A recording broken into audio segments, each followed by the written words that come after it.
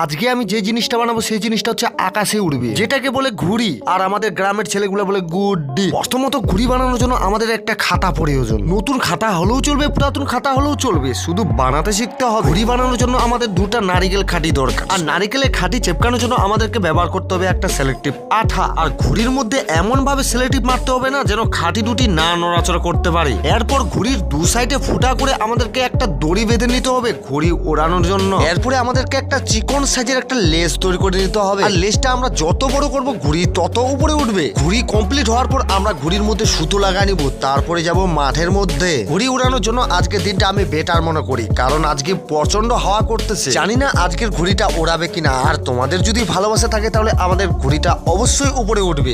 প্রথম ভাবলাম যে ঘুড়িটা নেশা করছে, ঘুরতে ঘুরতে আবার মাটি নিচে পড়তেছে। তারপরে দেখলাম যে না, তোমাদের ভালোবাসা একদম কাজে লাগছে, ঘুড়িটা ধীরে ধীরে উপরে উঠতে শুরু করলো। Thank you so much.